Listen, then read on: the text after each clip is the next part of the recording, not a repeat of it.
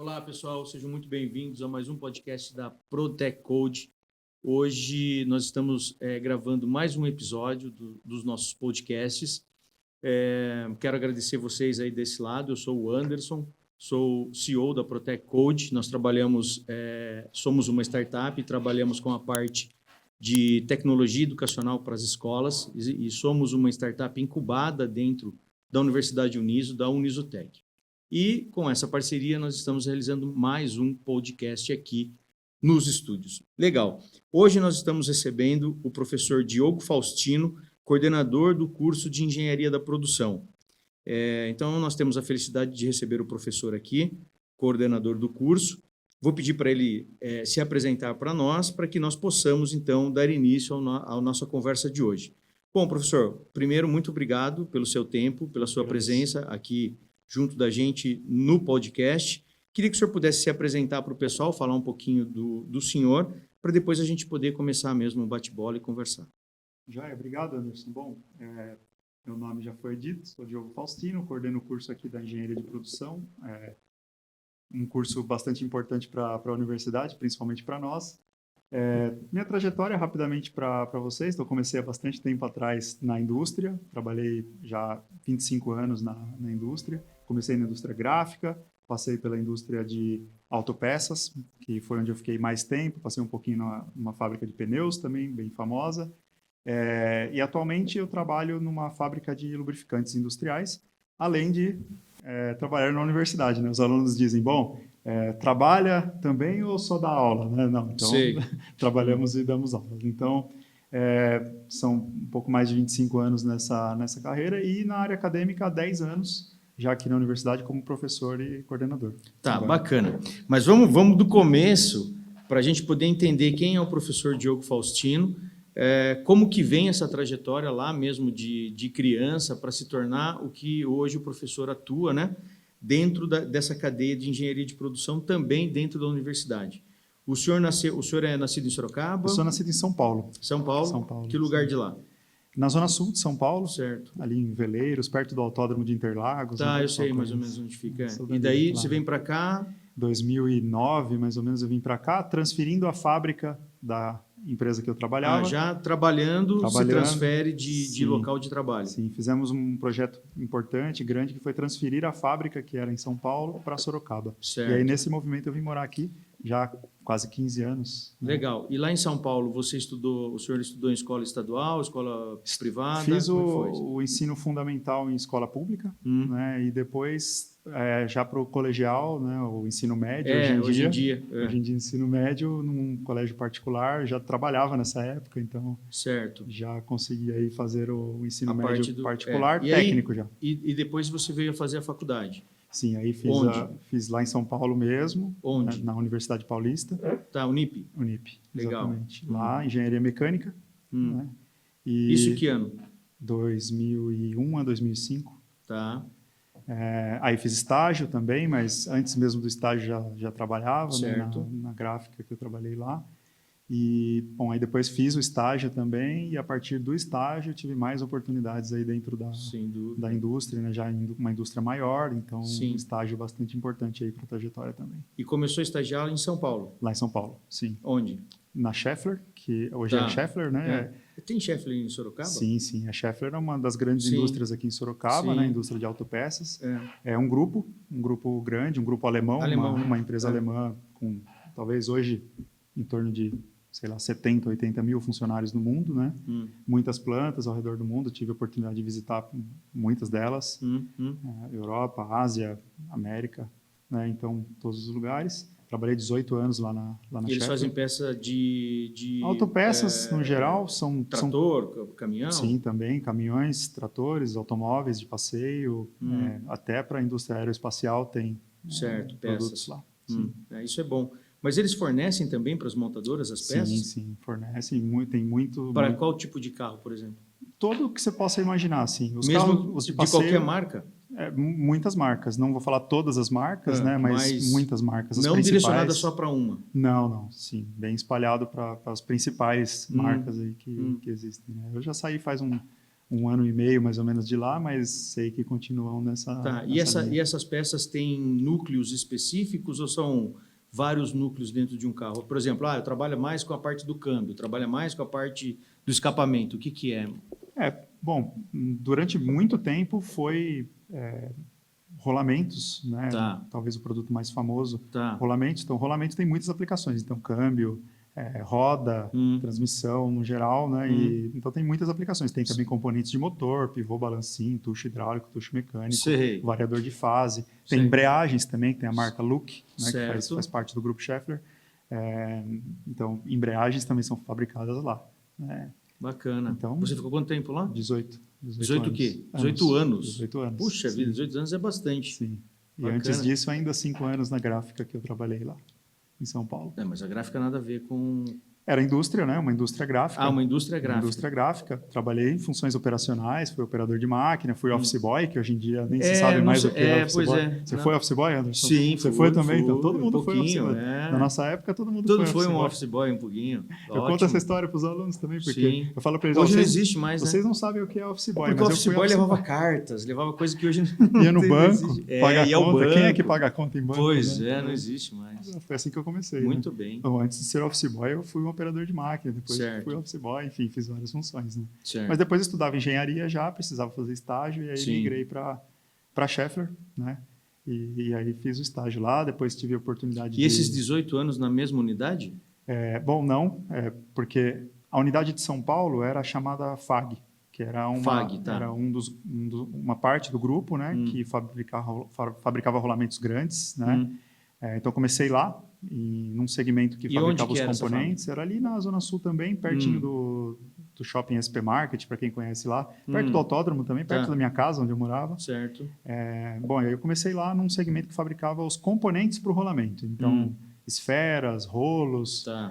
Comecei ali, fiz estágio, fui técnico de processos, fui analista de custos, fui engenheiro de produção, cuidava de Lean Manufacturing. Durante a universidade? Isso no decorrer? No final, não. No final do curso? No final do curso, eu fui estagiário, depois efetivado, e aí depois de formado, eu tive muitas etapas e oportunidades lá. Sim, tive muitas etapas e oportunidades lá. Posso dizer que, assim, boa parte do meu aprendizado profissional e acadêmico vem de lá, porque é uma grande indústria e que me deu muitas oportunidades de aprender. Sim, então, sim, sem dúvida. O que eu trago hoje para o mundo acadêmico está muito relacionado ao que eu aprendi lá. Sim, então, mas e daí quanto tempo nessa unidade você... Então, aí lá, eu entrei lá no finalzinho de 2004, em 2009 nós transferimos a fábrica para Sorocaba. Foi nesse momento que você veio para cá também. E aqui é na zona industrial, né? Sim, ali no Éden, né? Então tem ali a grande fábrica ali, onde tem as 3 marcas, a FAG, INA e a Look. Né? Todas elas são Schaeffler? Todas elas são Schaeffler. E aí eu tive a oportunidade de trabalhar em muitos setores lá. Então mas essas 3 fazem coisas diferentes. Sim, a FAG e a INA têm uma correlação. Então tem alguns produtos que eram feitos na FAG e eram feitos na INA, e aí quando juntamos a fábrica, esses segmentos foram compostos. Compostos, exatamente. E aí eu passei por vários dos segmentos lá. Todos que você possa imaginar, esses produtos que nós citamos aqui no início, eu passei por vários deles. Sim. E aí, aqui em Sorocaba, eu já tive oportunidades já na liderança, então eu fui supervisor de produção, fui chefe de produção, responsável por áreas diversas lá. Ali. Quando você cuida de uma área produtiva, você tem dentro dessa área tudo que você possa imaginar, uma estrutura... N profissionais de várias áreas, né? Líderes de produção, líderes de manutenção, líderes de qualidade, líderes de engenharia industrial. Então, você constrói ali uma estrutura completa. Uma correlação de várias áreas para formar um produto ali, Schaeffler da coisa. Exato. E aí passei por quase todos os setores. Então, daí esses 18 anos se completam aqui em Sorocaba. Sim. Foram mais ou menos 5 anos lá em São Paulo, o restante todos aqui em Sorocaba. Sim. Aí você vem para cá, você vem sozinho, você vem... Vim com a família, já era casado, tinha 1 ano mais ou menos casado. De casado, veio com a esposa. Vim com a esposa, aí depois tive minhas 2 filhas aqui. A primeira é sorocabana, nasceu aqui, a outra nasceu em São Paulo, mas a gente morava aqui, só foi nascer lá no hospital lá, mas somos daqui, né? Certo. Então, isso 2012? 2009. A partir de 2009 aqui em Sorocaba. Certo. Bacana. Bom, e depois da Schaeffler? Trabalhei por volta de 13 anos na Schaeffler, tive um convite para trabalhar na Pirelli, Tá. em Campinas. Fui para a Pirelli, fiquei 1 ano e 2 meses lá, tive um convite da Schaeffler para voltar, e aí voltei para a Schaeffler e fiquei mais 5. Então, a Pirelli é só pneu? Pneu, sim, exatamente pneu. A fábrica de Campinas que eu trabalhei é uma fábrica de pneus. De pneus. Pneus para tudo quanto é Também, caminhão, tudo. carro. Ali era uma fábrica muito dedicada a pneus de carro, né, linha de passeio mesmo. Hoje eu sei que está diferente, hoje já tem moto junto lá, porque teve algumas divisões na empresa também. Hoje moto, que era fabricada em Gravataí, foi transferido para Campinas. Gravataí? É uma grande... Morei em Gravataí, perto de Gravataí. Eu fui visitar a fábrica lá, achei certo. Um lugar ótimo. É bom lá. Um bom lugar para se morar também. E fui gerente industrial lá. Então tinha também uma unidade da Pirelli lá no sul que fabricava pneus de moto. Pneu de moto. E aí hoje é tudo aqui em Campinas. Certo. Aí você sai da Pirelli e volta para a Schaeffler. Voltei para a Schaeffler. Quanto tempo? Mais 5. Mais 5 anos? Pô, mas você tem quantos anos? 200? Porque você me falou, ó, fiquei 20 lá, 30 aqui, daqui a pouco bateu aí. 41. Pô, 41. Bacana. Eu comecei legal. Cedo. E depois que você fica mais esses 5 anos na Schaeffler? 5 anos, aí passei por mais alguns segmentos de produção, imagino. sempre com alguns desafios interessantes ali em qualidade, produtividade, entregas, custos, né? Aprendi bastante. Novos processos, novos produtos, novos processos, inovação, automação, robotização. Então, tudo isso, digitalização, que a gente chama. Na Pirelli também, um projeto bem importante para digitalização. Na Pirelli foi interessante. Foi um momento que a Pirelli decidiu migrar os seus produtos para uma linha mais premium. Então, imagina que antes ela produzia, eu não sei o percentual hoje, mas era uma grande parte do portfólio eram pneus para carros pequenos, então 13, 14 polegadas, pneu pequeno. E ela queria produzir... Carros populares, por exemplo. Carros populares. E ela queria produzir, queria produtos com maior valor agregado, com uma margem melhor, um estudo financeiro mais adequado. E aí ela queria migrar para pneu premium. Então, 15 polegadas, 16 polegadas, até 20 polegadas, né? E foi toda uma mudança de mindset também das pessoas, não só tecnologia para produzir pneus diferentes, máquinas, equipamentos. E qual que é a matéria-prima para produzir o pneu? Bom, tem muitas coisas, mas para resumir... então, você tem ali a borracha natural, negro de fumo, que é o que deixa a característica do preto, né, para o pneu, que é um pó bem fino. Que vem de onde esse negro de fumo?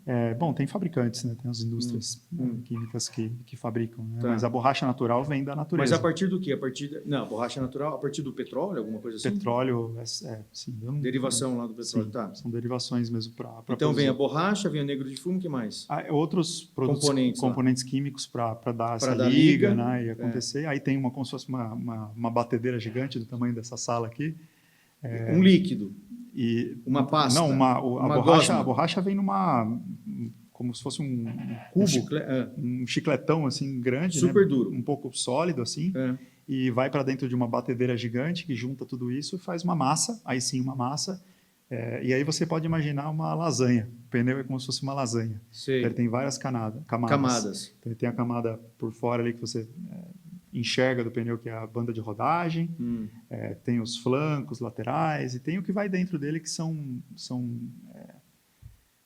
tem nomes técnicos, mas a cintura têxtil, cintura metálica, tem as camadas, que tem também tecidos, têxteis e metálicos para dar a consistência do pneu. E a forma, ele é feito de maneira retilínea ou não? Já desde o começo ele é feito Não, ele circular. vem meio liso, né? Assim, tudo são camadas lisas, e depois você faz um processo como se fosse de montagem desse pneu. Né? Tipo um cinturão, vai montando um cinturão. Vai montando uma camada em cima da outra, e tem uma máquina que molda isso. Certo. Né? E aí ele fica com cara de pneu, mas ainda liso. E depois ele vai para a vulcanização, que é dá um molde que tem todas as características que a gente enxerga, os dentes e tudo mais. Certo. E as gravações ali, tudo que precisa. Legal, é um super processo bacana. Né? Bacana, tem bastante na internet sobre isso. O que eu estou falando aqui não é nenhum segredo industrial. Que bom, eu preciso olhar então, porque eu acho interessante. Não, achei interessante, é legal. Legal. Tem bastante na internet. E essa borracha vinha de onde?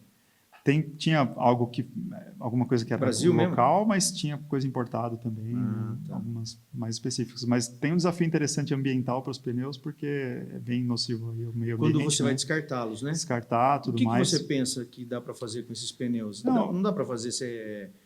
Rapaz, eu já ouvi tanta coisa. Não sei se dá para fazer asfalto, se dá para fazer casa, se dá para fazer... Sim, tudo isso é possível e tem sido feito, mas o mais legal é o que a própria indústria tem feito, né? Então, eles têm mudado as matérias-primas para sílica, para coisas mais biodegradáveis. Que sejam mais biodegradáveis. E aí tem desafios, né? O grip, né, do pneu no solo, ruído. Por exemplo, pensando no carro elétrico, o carro elétrico é super silencioso. Então, eu me lembro, trabalhando lá na Pirelli, que o desafio seria, então, como é que nós vamos reduzir o ruído... O atrito, e você não pode reduzir tanto o atrito, senão você desliza. Então, qual que é o balanço que você tem entre reduzir o atrito e reduzir o ruído? Porque senão... E tudo isso é calculado via software. Tem muita coisa para simulação de software e desenvolvimento químico, técnico para que isso aconteça. Então, tem muitos laboratórios, é muito importante essa parte. E pneu de carro de corrida é feito por quem? Tem lá também. Tem? Sim, tem a linha de competição. Se você olhar da Pirelli, né, por exemplo... numa Stock Car, ou mesmo da Fórmula 1, tem lá o chamado P0, né? Então, o P0 são os pneus de competição. Né, e de avião? Também. Você sabe? Não lá foge não fazíamos, muito, mas não foge muito da fórmula. Não, creio que não. Não sou especialista, mas sim, pneu é pneu. Creio que seja similar. Acho que ele tem que ter uma resistência ao impacto um pouco maior do que os outros. Sim. Né? Mas não é muito... Ser mais robusto, né? Pro peso que vem. Não, legal. Então, a Pirelli... E a Pirelli é de onde? É italiana? Italiana, uma empresa italiana, muito grande. Tão grande quanto a Schaeffler, né, que eu trabalhei. Também é mundial. Mundial, global, sem dúvida. Principal patrocinador da Fórmula 1, né? Tá. Hoje em dia, né? E, bom, foi muito bom também, um belo aprendizado lá também, né? Tive minha primeira oportunidade numa posição sênior gerencial, então foi legal para mim também lá, né? E muitos aprendizados, então... Claro, sem dúvida. Tecnologia, né? Tudo isso que só de você pensar isso que você acabou de falar, né? A gente tem... E é um desafio maravilhoso até para você colocar em sala de aula, né? Falar, então, como é que a gente faz agora com o carro silencioso, que é o carro elétrico, e a gente precisa de um pneu que atenda a demanda da rodagem, mas que não faça barulho. Qual material, qual isso, qual aquilo, né? É o mesmo desafio que a gente discutia um pouco na Schaeffler, porque imagina que o principal barulho que tem no carro, ruído, é motor, né? A partir do momento que o motor não faz mais barulho, então eu vou escutar o rolamento, vou escutar a transmissão ali, vou escutar o pneu. Né? Então, e a carcaça? Amortecedor, alguma coisa assim. Exato. Quem faz amortecedor? É a INA ou não? Não, aí amortecedor são outras empresas. Tem aí os fabricantes, mas... Certo. Lá não. Aí...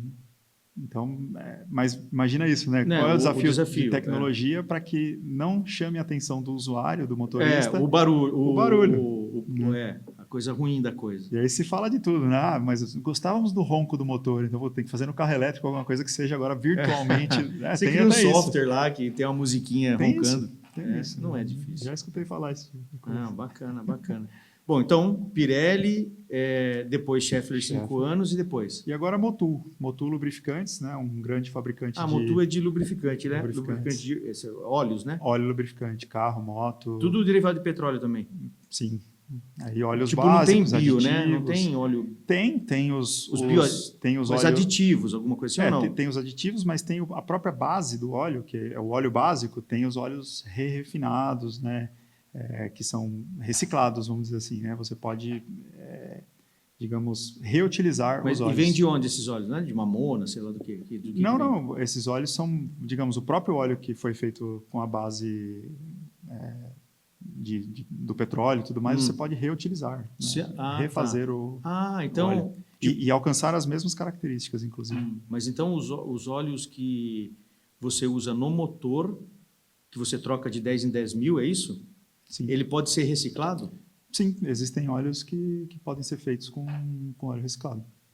Mas a base dele é petróleo, não é... O original é mais petróleo. Certo. E você está há quanto tempo nela? 1 ano e 2 meses. 1 ano e 3 meses. Tá. E ela fica onde? Bom, na França, né? Então a fábrica principal na França, e ela tem uma expansão agora de manufatura contratada em vários países. No caso do Brasil, é um parceiro que... E aqui em Sorocaba? Produz. Não, em Franco da Rocha. Indo para São Paulo ali. Na região de São Paulo. Legal. Então lá que são fabricados os óleos Motul aqui no Brasil. Sim. E daí de lá espalhado para o Brasil todo. Sim, espalhado para o Brasil. Temos também bastante coisa importada, né? Então produzimos na França, na Itália também, trazemos para cá. Para o Brasil, sim. Bacana. E aí você concilia a sua história com a Motul e aqui na Uniso, quando que você entra? 2014, tive a primeira oportunidade aqui, vim com 2 objetivos. O primeiro era ministrar aulas sobre Lean Manufacturing na pós-graduação. Né? O que é o Lean que você falou? O Lean é o que a gente chama de manufatura enxuta, mas é uma filosofia. Né? Então, nasceu lá nos primórdios do sistema Toyota de produção. Os japoneses e a Toyota são os principais aí precursores do sistema Lean. Lean, o que é? L-E-A-N. Tá, Lean. Tá. Então, se traduzir literalmente, é enxuto. Tá. Né? Então, quando a gente fala Lean Manufacturing, seria manufatura enxuta. Tá. Mas o conceito de manufatura enxuta não se limita só à manufatura, e sim a tudo que agrega valor. Então, esse conceito foi expandido em todas as esferas para processos, exatamente. Então, hoje a gente conhece muito mais pelo Lean Manufacturing, mas Lean, como um todo, já é uma palavra muito difundida no que se diz respeito à redução de desperdícios. No meio de processos. No meio de processos, exatamente. Legal. Então, você vem para 2014 para ministrar aulas no curso de... Na pós-graduação, nos MBAs, né, relacionados a operações, na ocasião. E aí, na sequência, eu tive um convite do coordenador na época para trabalhar na graduação também. Certo. Então, aí vim para a graduação e aí, nessa ocasião... Mas você tinha mestrado, alguma coisa assim? Ainda não, naquela ocasião. Mas aí, na sequência, eu iniciei o mestrado. Aqui mesmo na Uniso. Então, mestrado ali, em processos tecnológicos e ambientais, é o famoso mestrado PTA, que nós temos aqui na Uniso, mestrado e doutorado, né, que temos. Então, eu fiz esse mestrado aqui. Em 2016, concluí. E... Quantos anos de mestrado? 2 anos. 2 anos. Fiz em 2 anos na ocasião. Tá. E aí estive na graduação... Enquanto isso, ministrando aula ministrando também. As aulas, na pós-graduação e na graduação. Nessa área, então sempre gerenciamento de projetos, processos, máquinas, por exemplo, processos de usinagem, que era o que eu mais trabalhei lá na Schaeffler, tudo. Mas principalmente nessas áreas de qualidade, de gestão, de processo de fabricação. Então, sempre nessa área onde que foi a minha experiência mais importante. Sim, maior, né?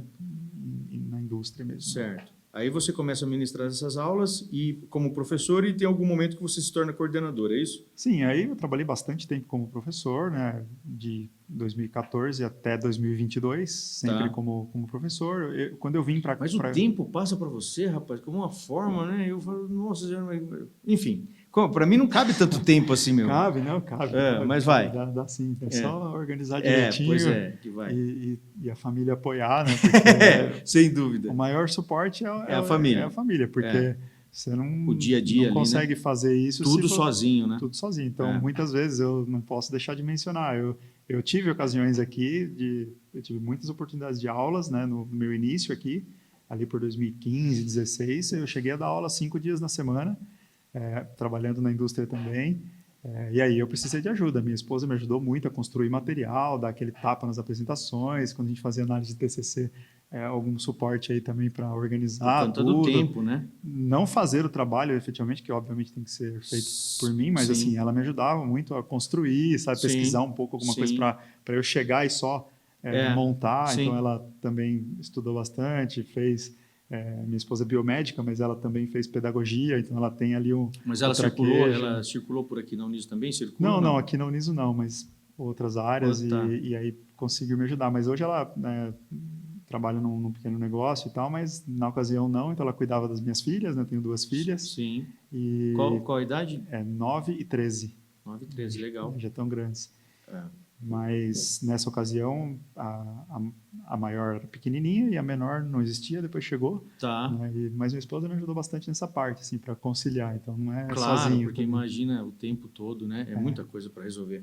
E boas equipes, né? Eu tive a sorte de, assim, na minha trajetória toda, eu sempre tive excelentes equipes, tanto aqui, né? Quanto na Schaeffler, na Pirelli. Para não deixar a bola cair, né? A peteca cair, né? Sim.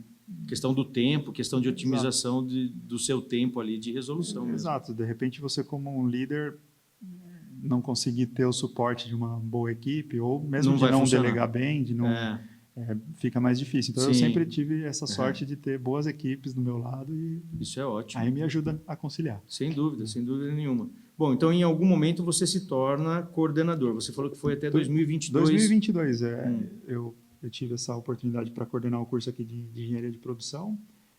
sucedi um colega, um ótimo coordenador que nós tivemos por 4 anos aqui, o Marcelo Dias, Tá. que é professor aqui da casa também. Certo. Então, E ser coordenador, existe uma rotatividade nisso, de cadeira? Ou como que é isso? existe. A Tem Uniso um tempo previsto? Tem. O mandato é de 4 anos. Certo. E você pode ser reeleito, porque é uma eleição. Né? Existe uma eleição para coordenação dentro do colegiado. Né? Então, tem algumas regras para você se candidatar, né? E as pessoas, né, os membros ali do colegiado votam e você é eleito. Né? Então, E claro, pode ter um mandato atrás do outro? você pode ter 2 mandatos, 2, no máximo. mas no segundo você precisa passar a bola. Claro, sem dúvida. Então, eu tive essa sucessão aí com essa passagem de bastão aí do Marcelo e tem sido legal, 2 anos aqui, a gente movimentou bastante coisa no curso, demos continuidade a muitas coisas também que foram feitas na ocasião do Marcelo, né? E você continua professor, além sim, de coordenador? Sim, também ministro aulas aqui. E vocês usam algum tipo de laboratório ou é mais sala de aula? Não, nós temos muita utilização de laboratório no curso de Engenharia de Produção. Nós temos um exemplo aqui, o laboratório STEMDA, né, que é um laboratório técnico. Onde tem as máquinas lá, onde tem as máquinas, impressora exatamente. 3D. Então, todo mundo sabe da laser, da 3D, mas nós também temos lá um centro de usinagem, né? Certo. Que é uma máquina que faz várias operações ao mesmo tempo. Tá. Temos um torno também, tá. Todos esses didáticos e automatizados, então você programa, elabora softwares para fazer aquela peça que você quer. Certo. Então a gente tem 2 máquinas com programação. Você parametriza para conseguir parametriza uma peça. com o comando FANUC, que é bem famoso na indústria. Você vai fazer a programação aqui nas máquinas aqui na Uniso e vai lá para a indústria e vai ter a peça. Exatamente a mesma forma que você faz aqui na universidade é o que tem na indústria. Comando FANUC, por exemplo, que é muito famoso. Mas a peça sai aqui inteira? Sim, a gente consegue produzir aqui peças. Que tipo de usinar. peças que você faz mais no curso? Assim? Não, assim, peças da área de mecânica, né? Então você pode fazer parafuso, você pode fazer porca, você pode fazer prego, você pode... prego não muito. Na origem de um processo de fabricação de prego, parafuso, essas coisas são conformação. A gente não tem prensas aqui, mas a gente pode usinar. Você pode fazer rosca, você pode fazer uma peça cilíndrica, uma peça quadrada com rosca, com furo, com chanfro. Então você pode usinar, dar forma a um material nesses equipamentos. Então lá no Stenda nós temos 2 com comando FANUC. Temos também injeção plástica. Né, eu cheguei a ver alguma coisa lá, assim. Você parte de um polímero ali, uma matéria-prima, injeta num molde e sai uma peça. Então a gente faz esse tipo de estudo lá também. Tem extrusora, E aí essas todas são máquinas didáticas construídas para o Stenda, mas nós temos também, eu chamo do laboratório raiz, que é o laboratório Stenda Walter, que é uma parceria que foi feita com a empresa Walter, que é um grande fabricante de ferramentas. Certo. E eles doaram equipamentos aqui para o nosso laboratório, o Stenda Walter. Ferramenta, quando você fala, é chave de fenda? Não, foi bom você perguntar que isso, porque a Walter, na verdade, ela fabrica ferramentas de corte. Então, as máquinas de usinagem, quando você vai dar forma a uma peça, você precisa de ferramentas. Então, tem pastilhas, imagina pastilhas que você posiciona, prende nas máquinas, e essa pastilha é que remove material da peça para dar a forma que você quer no final. Ela vai desgastar a peça. Vai desgastar a peça, exatamente isso. Então, lá tem as máquinas exatamente iguais você tem na indústria. Certo. Então, a gente consegue usar esses equipamentos, simular e efetivamente produzir, usinar peças para que o aluno tenha a visão e utilizar na indústria. Tá, vamos dizer assim, esse conceito, esse contexto e essa matéria é para o aluno aprender a fazer a peça ou é para ele entender que aquilo existe dentro da indústria e que aquilo está dentro de um processo e ele precisa entender do processo? Não, ótima pergunta, porque, veja, claro, existem outros tipos de cursos que ele vai ser formado como um operador do equipamento. Certo. Não é o nosso objetivo na engenharia de produção, também não nos outros cursos de engenharia. Mas nós recebemos muitos alunos que não vêm de um curso técnico de mecânica, um curso técnico operacional. Então ele nunca viu aquilo na vida. Ele nunca viu. Então a gente ter os equipamentos e fazer algumas dinâmicas dentro das disciplinas com eles dá uma visão muito boa. Sim. Antes, eu sou da época que não tínhamos esse laboratório aqui. Né? Esse laboratório, se eu não estou enganado, ele foi inaugurado, não demos muita sorte, em fevereiro de 2020. E aí depois a gente teve que fechar. Em março fechar. foi a Covid. Exatamente. Então, a gente usou pouco em 20, depois a gente voltou a utilizar. Certo.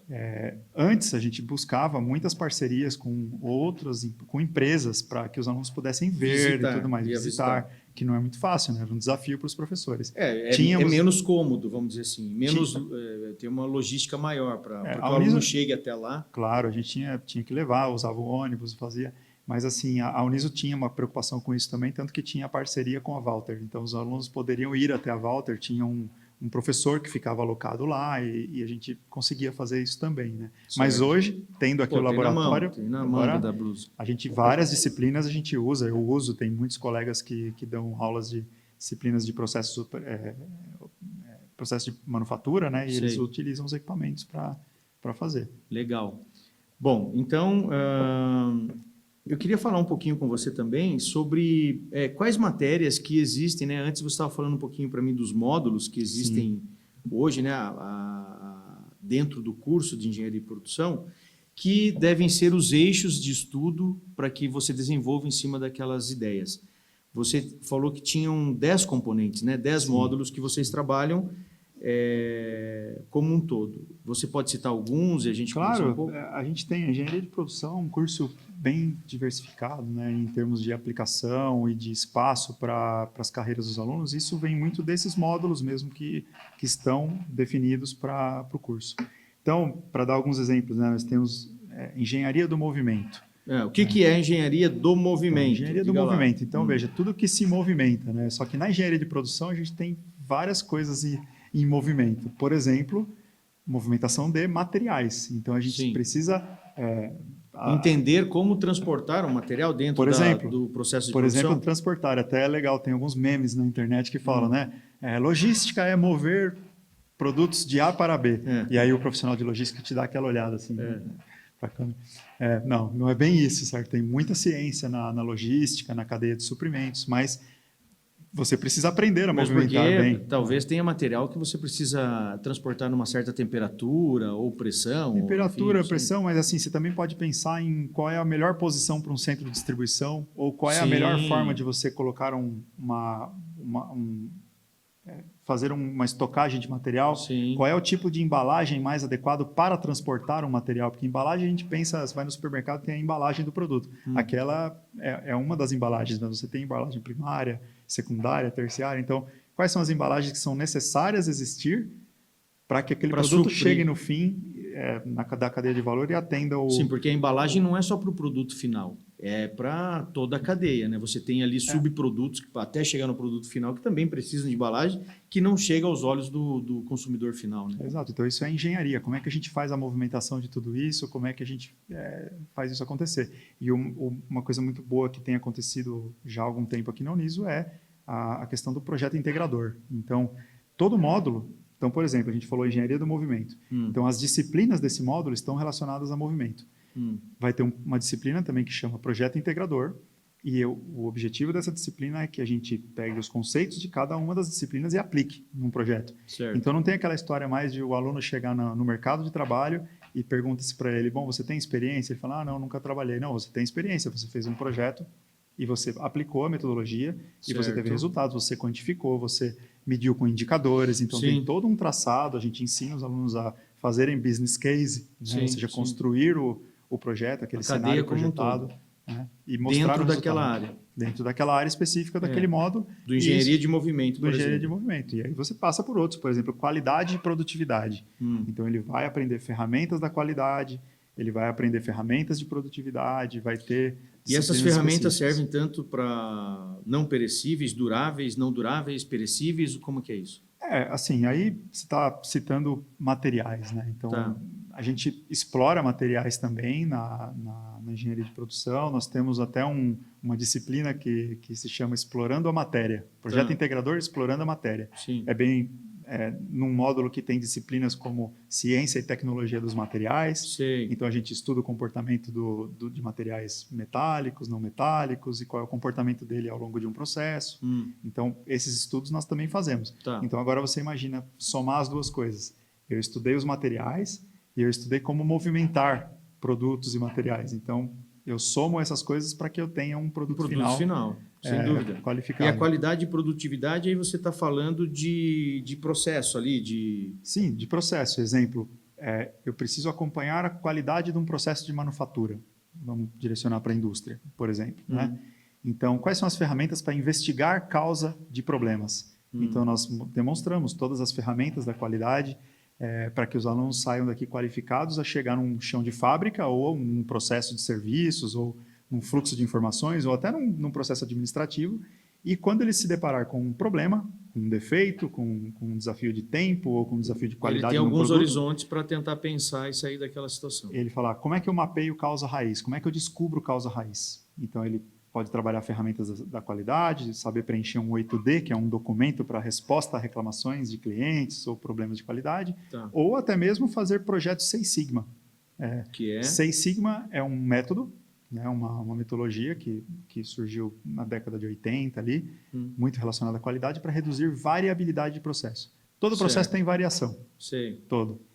Mas o mesmo processo em lugares diferentes vai ter variação. Mais variação. Essa variação ela pode estar relacionada à mão de obra, pode estar relacionada à temperatura, ao processo, ao método de controle ou método de produção.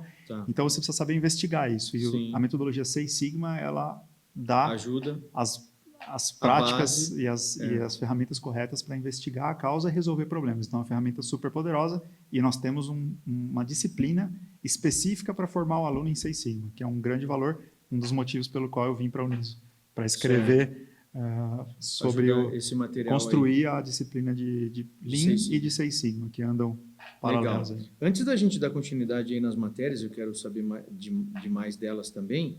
Eu queria ver com você se algo que eu escutei há muito tempo é uma verdade ou não. Quando a gente fala de construção de peças, usinagem, a gente acabou de falar que a gente pega lá a pastilha, ela vai ter um esfregar na peça e aquilo vai desgastar e vai remover material.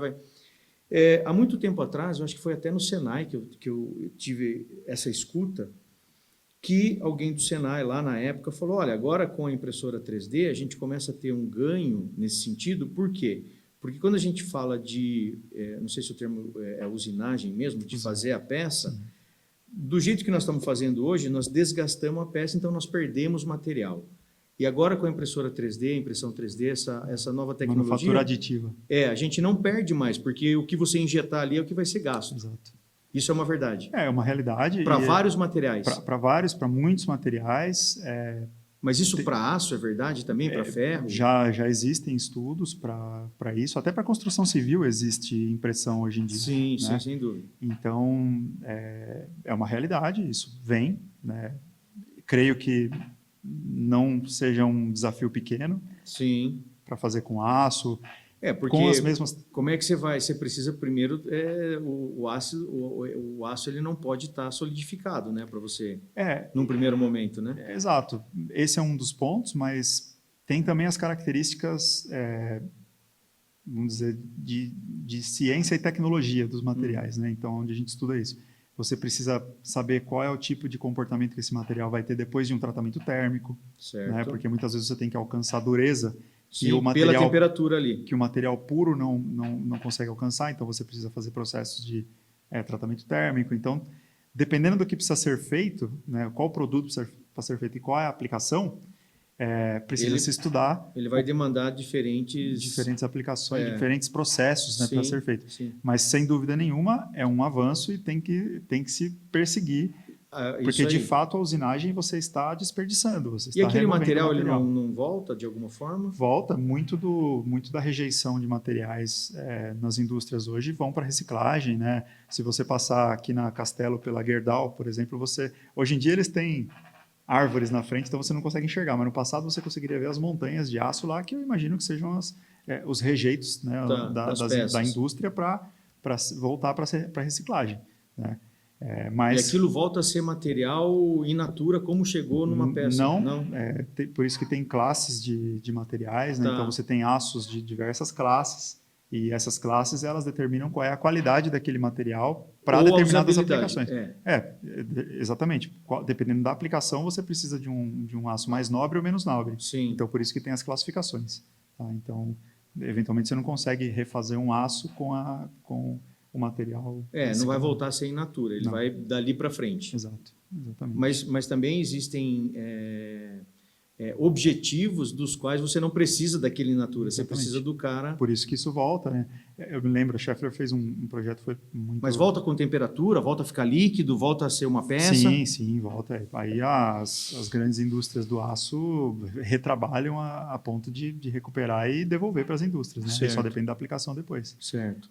E é por isso que a gente tem reduzido cada vez mais, e a Schaeffler fez um projeto, lembro, no passado, para aterro zero, para não descartar mais e levar nada para aterro. Certo. Então, reciclar, reutilizar, fazer para que recircule ali Exatamente. o material. O ESG, né? Nessa direção para... E aí, quando a gente pensa nessa recirculação, a gente pensa em N materiais, né? Sim, claro. Como que é o plástico, você sabe?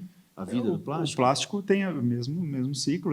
Mas ele é reciclável? Sim, reciclável. Quantas vezes? Também, depende da aplicação também, né? Tem as classes de plástico também. Trabalhei na Schaeffler com um segmento que era injeção plástica. Então, lá, dependendo do produto, você poderia usar um determinado percentual de plástico reciclado. Tá. E a gente tinha, na época, parcerias com os fabricantes de plástico virgem, né? Para a gente voltar esse material, fazer o projeto de economia circular.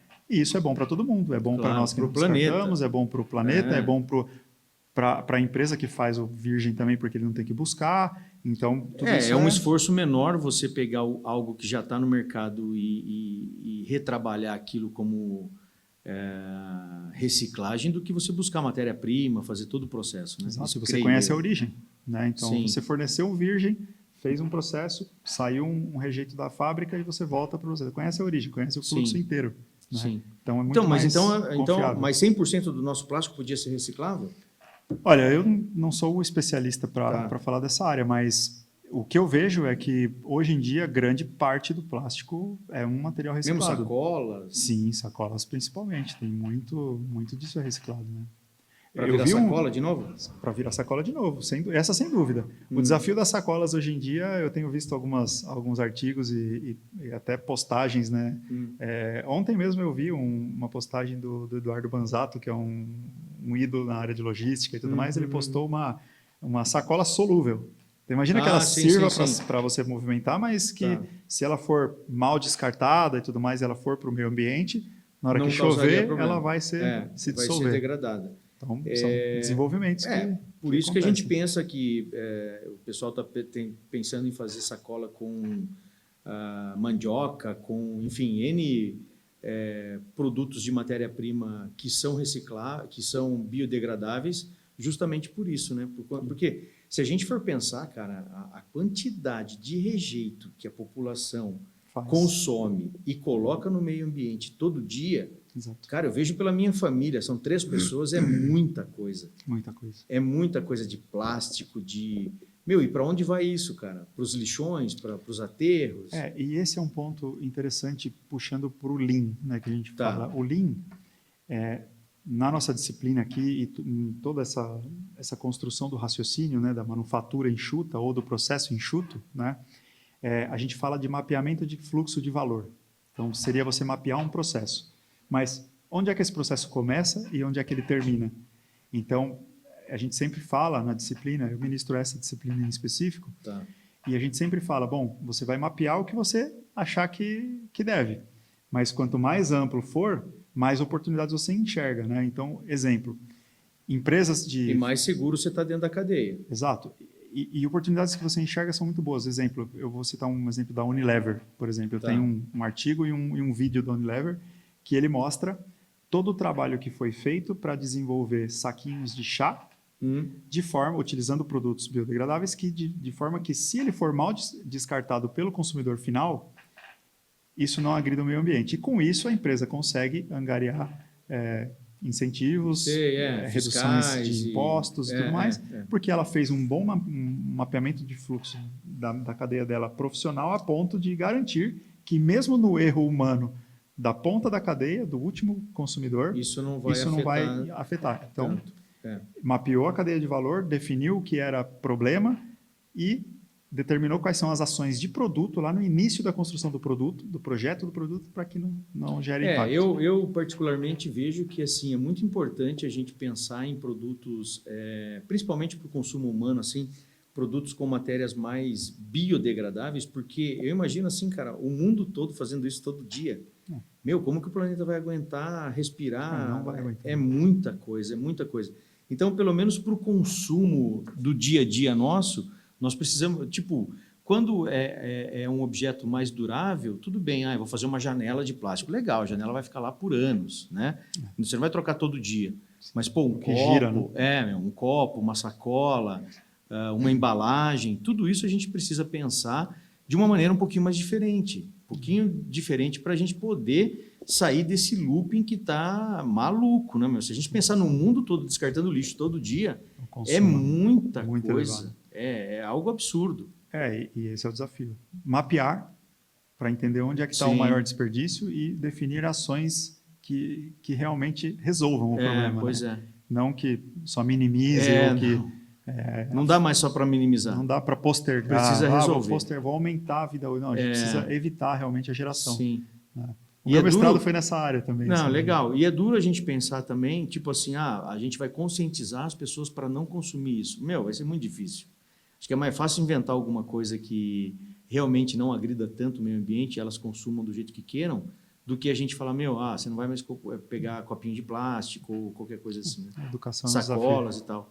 É duro. Bom, legal. Então a gente falou da engenharia de movimento, uma das matérias, falamos da qualidade e produtividade. O que mais que nós temos lá no eixo? Veja, são muitas, né? São 10 módulos, mas, por exemplo, um que eu gostaria de mencionar, a gente chamou de management. Management. Ou seja, gerenciamento. Gerenciamento. Né? Então, nós gostaríamos de qualificar o nosso aluno para gerenciar. Sei. Então, como é que ele lida com indicadores de performance? Como é que ele busca, depois de estudar várias ferramentas de análise ou utilização de softwares também para construção de cenários, simulação e tudo mais, o que fazemos com tudo isso? Com todo esse arsenal técnico na bagagem de engenharia, né, que a gente tem, como é que eu preparo esse aluno para não só ser um líder, ser um gerente, mas também para participar de equipes que são gerenciadas da solução, exato. Apontar a solução. Exatamente isso. Então, como é que eu conduzo projetos? Porque muitas vezes eu sou um excelente técnico e eu conheço tecnicamente daquele assunto e sei os caminhos para resolver um problema, mas você não consegue comunicar. Eu não consigo comunicar, ou eu não consigo organizar as tarefas de uma forma organizada, eu não consigo ter um pensamento lógico para conduzir um projeto até o fim. Aí a gente brinca, né? Muitas iniciativas e poucas acabativas. Não sei se existe essa palavra. Não, mas é mais ou menos isso. Então a gente procura qualificar o aluno nesse módulo para que ele consiga gerenciar e até ser eficaz dentro de uma equipe que está sendo gerenciada. Participar de uma equipe gerenciada. Sim, né? sim. Então ele sabe conduzir indicadores, ele sabe apresentar cenários para a gestão e falar, olha, se eu for por esse caminho, eu tenho esses resultados. Se eu for por aquele caminho, eu tenho esse resultado. Se eu puder investir um pouco mais, eu tenho esse resultado. Se eu não puder investir um pouco mais, eu vou perder alguns resultados aqui, mas olha, eu tenho bons resultados também. Sim. Então, construção de cenários, né, é algo que o engenheiro precisa saber fazer. Ele não pode simplesmente ter a ideia da NASA, a melhor ideia. Sim. É a mais viável?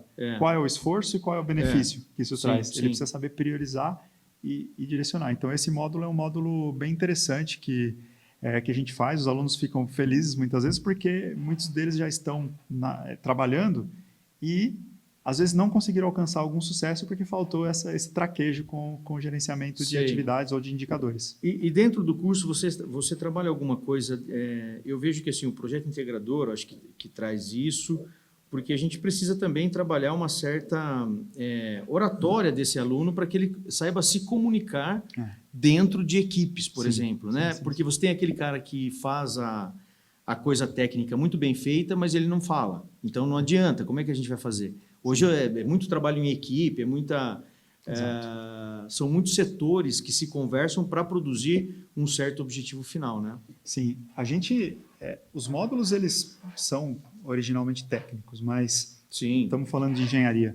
Mas mais e mais a gente tem trabalhado nos NDEs, Núcleo Docente Estruturante e nos colegiados, os professores, para que a gente desenvolva essa competência, porque o engenheiro, originalmente, ele não é um comunicador nato. Parlador, Ele é um técnico. Sim. Né? E essa é a origem. E a gente também não quer frustrar os alunos que eles não sejam técnicos. É claro. Mas a premissa dele, para ele ser um profissional, claro, ele precisa entender de toda... Mas nós desafiamos muito, a gente faz seminários, a gente faz muitos trabalhos em equipe, porque essa é a submissão deles na prática também depois, né?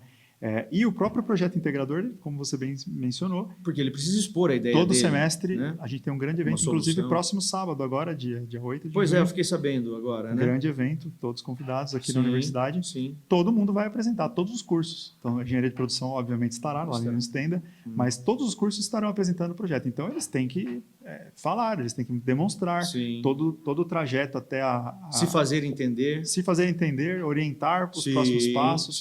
Né? Porque alguém pode pegar, vocês que estão no Unisutec, né? De repente você vai olhar lá e falar, esse projeto aqui me interessa, eu quero transformar isso num produto, transformar isso num processo, transformar isso em algum serviço para alguém da comunidade. Claro. E eu vejo vários potenciais desses nos projetos da engenharia de produção, das engenharias no geral. Sim, né? sim. E eu falo das engenharias porque é onde eu circulo mais, mas eu tenho certeza que nas outras áreas... nas biotecnologias da vida também. Vejo os tecnológicos desenvolvendo projetos sociais e coisas que são aplicáveis o tempo todo. Então, eles estão submetidos a isso e têm evoluído. Vejo os engenheiros saindo aí mais... saindo da casca do ovo. É importante. Menos broncos. Eu acho que é isso. Sim. Bom, você quer citar mais alguma matéria ali que você vê que é bacana, que tem um desenvolvimento... Eu acho que assim, todas elas são especiais, mas enfim... Sim, a gente tem um outro que é legal, que é design para a manufatura.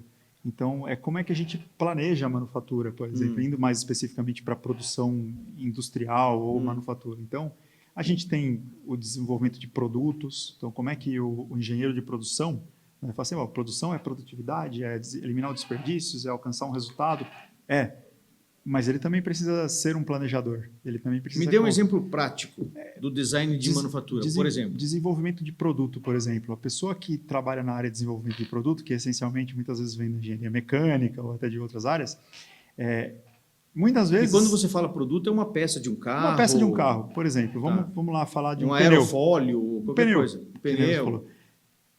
O produto final, né, no desenho final dele, ele é legal, bacana, na aplicação vai dar certo. Como é que produz? Certo. Então, como é que eu faço o design da manufatura? Como é que eu planejo as etapas de processo? Sim. Né, para que aquele produto Desde a matéria-prima até o desenho final ali, até o formato final. Exato. Então, como é que eu penso nessas etapas já no desenvolvimento do produto?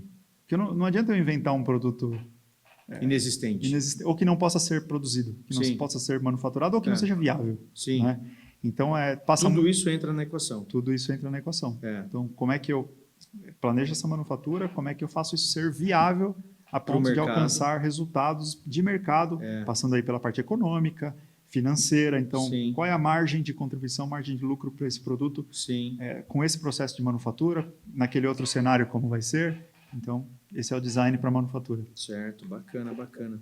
E você falou também que eles trabalham alguns softwares, né, de simulação, softwares de desenho. Sim. O que o software de simulação, ele simula o quê, assim? Tipo, o desenho final de uma peça, volume de uma peça? Também, mas isso peso de uma peça? Isso está mais relacionado a um desenho técnico do produto. Né? Então, isso, vamos dizer, é mais desenho mesmo da peça. Mas o que eu cito de simulação... também se faz simulação nessa área, tá? Mas o que eu cito mais para engenharia de produção, simulação é assim, imagine que você quer simular um processo de produção ou um fluxo de informação e você quer saber onde são os gargalos da manufatura, é um termo que a gente usa bastante, ou seja, onde estão as restrições, onde é que eu vou ter menos produtividade, onde é que eu vou ter acúmulo de estoques, onde é que eu vou ter filas de produção e que limitam a minha capacidade produtiva. Então, eu alimento um software com essas informações de processo, qual é a velocidade de cada processo, quais são as perdas que eu tenho nesse processo. E quando você está falando de processo, você está falando de alguma coisa física mesmo ali que está sendo produzida. Máquinas que vão produzir. Vão produzir e existe uma cadeia para chegar a um produto final lá em algumas etapas. Exato. Eu falo assim, o rolamento passa por um processo de de torneamento, passa por um processo de tratamento térmico, passa por uma retífica, por uma lavagem, por uma montagem. Por uma niquelagem. Exato, enfim. coloco tudo isso lá no software, falo, Tá. vai ter esse processo. Cada um desses processos eu tenho velocidade tanto. É. Se eu colocar para produzir, onde é que vai ser o meu gargalo na Qual produção? é o tempo de produzir realmente uma peça? Qual é o tempo de atravessamento, ou lead time, para eu alcançar o produto final? Acabado. Quanto de estoque eu vou ter em cada etapa do processo? Né? Até mesmo softwares... Até mesmo, como a gente estava falando da usinagem, quanto de rejeito eu vou ter nessa cadeia, Sim. por peça. Coloco essas Aí informações. eu preciso colocar alguma coisa que retire esse rejeito dessa cadeia e não fique lá acumulando. Tomo ações baseado nas informações que o software me devolve. Falou, esse processo é o mais importante, aquele é menos importante. Sei. Até mesmo softwares de simulação da logística interna. Então, coloca lá como é que vai ser se eu tiver empilhadeiras, como é que vai ser se eu tiver AGVs, que são... AGVs são robôs de movimentação de material. Isso é bom, legal. Tipo o que o homem fazia com a empilhadeira. Exatamente. E aí, hoje em dia os caras estão usando, o nome é AGV. AGV. Então, são eles organizam o estoque, pegam da produção, levam para o estoque. Levam para um determinado local. E talvez do estoque para uma saída. Para alimentar uma outra máquina, ou até para expedição, ou mesmo para levar para o próximo ponto. Sim. Então, a gente também simula isso em softwares. A gente também simula fluxo de informação, planejamento de PCP, né? Planejamento e controle da produção. Então, o cara que faz o sequenciamento de fábrica, né, que planeja a ordem de fabricação de cada produto, existe software para simulação de um modo mais eficiente de programar uma produção. Certo. Então, também temos. Sim. Então, são vários... Esses são os simuladores que vocês trabalham lá de simulação dentro. Que a gente trabalha aqui na universidade para que ele chegue lá na indústria e possa implementar esse tipo de solução. E o de desenho, ele tem a ver com desenho ou tem a ver também com esse desenho de cadeia? Não, desenho técnico, né? Para desenhar peça mesmo. Então, para ele fazer o desenho técnico mecânico. Então, ele aprende como é que ele olha para uma peça e tem a perspectiva olhando de frente, olhando de lado, olhando de cima. Então, ele sabe fazer o desenho de uma peça. É menos o foco da produção. E essa peça sempre é voltada, assim, tipo, para, vamos dizer, para a indústria automobilística, ou para a indústria aérea, ou para a indústria, ou é variado? Não, variado, qualquer tipo de indústria, né? E é lógico que a indústria mecânica é mais fácil exemplificar, né? Então, quando a gente estuda desenho técnico mecânico, muitas vezes são peças... Porque senão você poderia ter uma peça bio alguma coisa. É que aí foge um pouco do desenho, né? Aí fica algo mais de análise laboratorial e algo assim. Eu estava agora na aula do doutorado lá e a gente estava fazendo isso, olhando microscópio e tal, é um pouco diferente. Mas no fim vai dimensionar ali uma célula, vai dimensionar ali um... mas, por exemplo, você pode fazer algo que vá dar suporte para uma árvore para que ela não caia ou ela está quase caindo, você desenha uma peça ali para dar... Sim, aí é mecânico. Aí seria esse aqui também. Desenho mecânico, sim. Certo. Ele sabe fazer. E de materiais, análise de material, qual material vou utilizar? Materiais, e aí tem o módulo, né, de transformando a matéria também. E para prótese?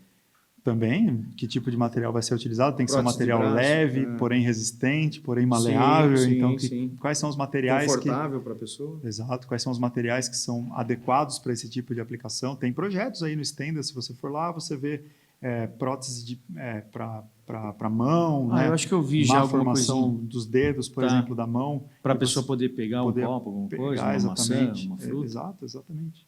Tem esse tipo de projeto. Então, e aí a gente entra muito com a engenharia de produção daqui a pouco, conversando com o pessoal da biologia. Biologia, a gente já teve link com a área de fisioterapia. Sim. Né? Terapia ocupacional. Sim. Então, são áreas da saúde trabalhando junto com áreas de engenharia. Isso é importante.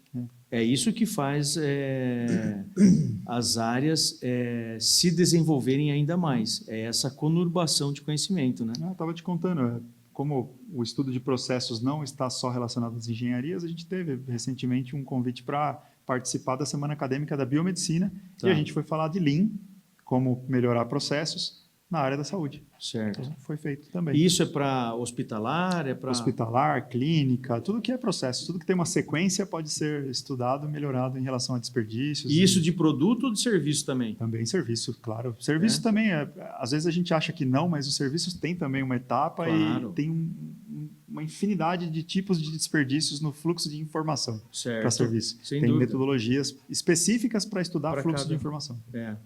Isso também pode cair dentro do Lean lá que você falou inicialmente. Sem dúvida. Legal. Bom, é muito legal. Você falou das ciências de materiais, né? Sim. Eu sei que na Unesp, por exemplo, tem lá um mestrado, um doutorado sobre ciências dos materiais. Estamos falando da mesma coisa? Provavelmente, porque nós temos a disciplina de ciência e tecnologia dos materiais, que nós chamamos aqui. Então, veja, a gente vai estudar o comportamento dos materiais em determinadas aplicações. E aplicações, né? Então, exemplo, a gente faz numa disciplina dessa um teste de tração. Então, você pega uma barra de aço, por exemplo, coloca num ensaio de tração e a gente puxa esse material e vê com que força, submetido a qual força que ele vai romper. Vai romper, Ou vai ter ali uma tração, um deslocamento. ou um comportamento do material. Então, a gente faz isso em laboratório, tem os equipamentos. Aqui também? Aqui, sim, fazemos isso, nessa disciplina. Tá. E a gente analisa em laboratório, então a gente estuda aquele material, tratamento térmico que eu mencionei. Isso mais também. com metal ou também utiliza outro tipo de material? Mais com metal, porque é uma exemplificação mais fácil e mais representativa do que é a região industrializada. Tá. Mas outros materiais também são estudados, não só o metal. Né? Então, Certo. outros materiais também podem ser estudados, sim. Você fala de tratamento térmico, por exemplo, a gente chama muitas vezes é um processo de têmpera, né? Então, obter a estrutura martensítica por processo de têmpera. É aquecer e depois resfriar rapidamente para ver o comportamento endurecer o material, vamos dizer assim, para simplificar a história. Tá. Os professores da área que não me julguem. Não crucifiquem. Mas você vai estudar o comportamento do material, e quando eu falo martensítico, por exemplo, é uma espécie de estrutura que você vai verificar e falar, alcancei a estrutura que eu queria. Certo. E aí tem os outros nomes ali que você não Eureka quer. Da coisa. Tem lá um glossário de técnicas, de denominações para você. Aí é microscópio. Você vai para o microscópio, vai olhar o material e falar, tá bom ou não tá bom para aquela aplicação que eu quero. Tá. E esse olhar no microscópio, tá bom ou não tá bom, qual que é o parâmetro que você usa? Software? Não. Software existe para isso, obviamente existe, mas você faz também com os olhos. Os olhos conseguem identificar. Estuda-se isso, então você tem uma série de parâmetros técnicos e estudos para te mostrar. Que o levam a Exato. Uma figura mais ou menos assim leva a esse caminho, daquela assim. Então tem as estruturas tal de material que a gente estuda e o aluno consegue então reconhecer que aquele material chegou onde deveria. Após um tratamento térmico ou outros tipos de tratamento superficiais ou de núcleo. Então, você falou que agora, esse sábado, vocês vão participar aí do evento de Projeto Integrador. E aí entram todos os semestres? Sim, todos os módulos do curso, dos cursos, de todos os cursos, né? Então, desde 2022, se eu não estiver enganado, todos os cursos têm Projeto Integrador. E aí nós estamos aí tendo essa apresentação. Mas aí é por turmas, é por grupo de dentro das turmas?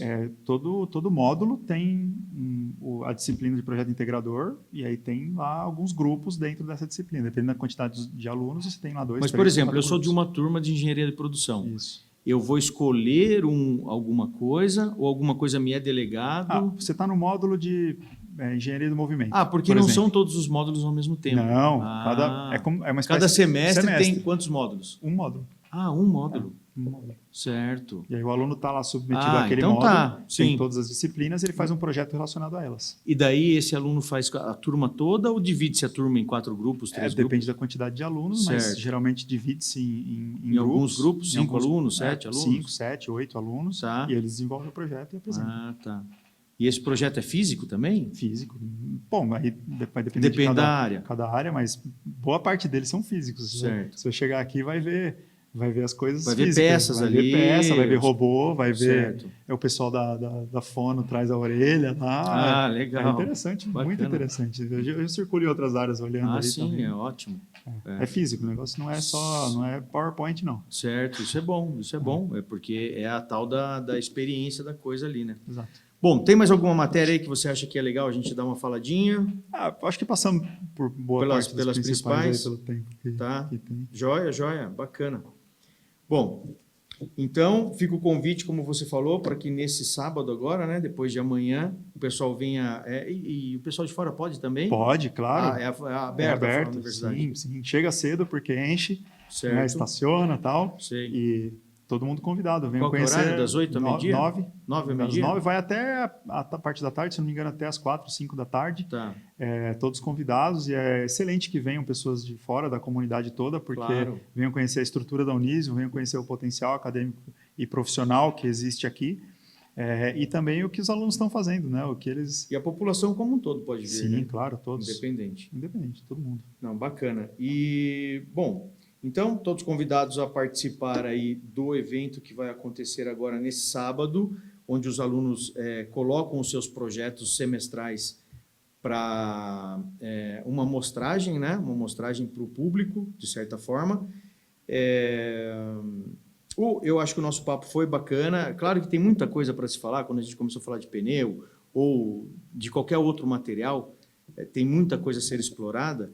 Então, é claro que mais para frente vem um novo convite para o senhor vir aqui participar conosco novamente, a gente conversar um pouco mais, falar um pouco mais disso. Eu quero agradecer a sua presença, né, como Protec Code, como Anderson, a disponibilidade do seu tempo de estar aqui com a gente, a disponibilidade de entender, né, a atmosfera do podcast, de levar um pouquinho mais de informação, tanto para quem está dentro da universidade, para quem está fora também. Quero deixar você com as considerações finais para depois eu conseguir fechar esse nosso papo. Ótimo, não, eu que agradeço a oportunidade, acho que é importante para todo mundo que vai assistir e tiver a oportunidade de acompanhar o nosso papo aqui, porque, como você disse, nós temos muito ainda para falar, mas agradeço o espaço aqui, a oportunidade de falar da engenharia de produção, de falar da Uniso, e também da trajetória profissional que a gente tem tentado construir, minha, sem dúvida, também. Mas para os nossos alunos. Sim. Então, agradeço muito a oportunidade, acho que isso ajuda muito a comunidade. Parabéns pela iniciativa. Não, legal, eu que agradeço muito mesmo a sua participação. Eu quero deixar aí para vocês, a gente está chegando no final de mais um episódio, né, de podcast aqui da Protec Code. Quero deixar a vocês um grande abraço, muito desenvolvimento, muita prosperidade, que Deus possa abençoar todos nós a todo instante da nossa vida. Muito obrigado, até a próxima. Valeu, tchau, tchau. Obrigado, professor. Obrigado. Valeu.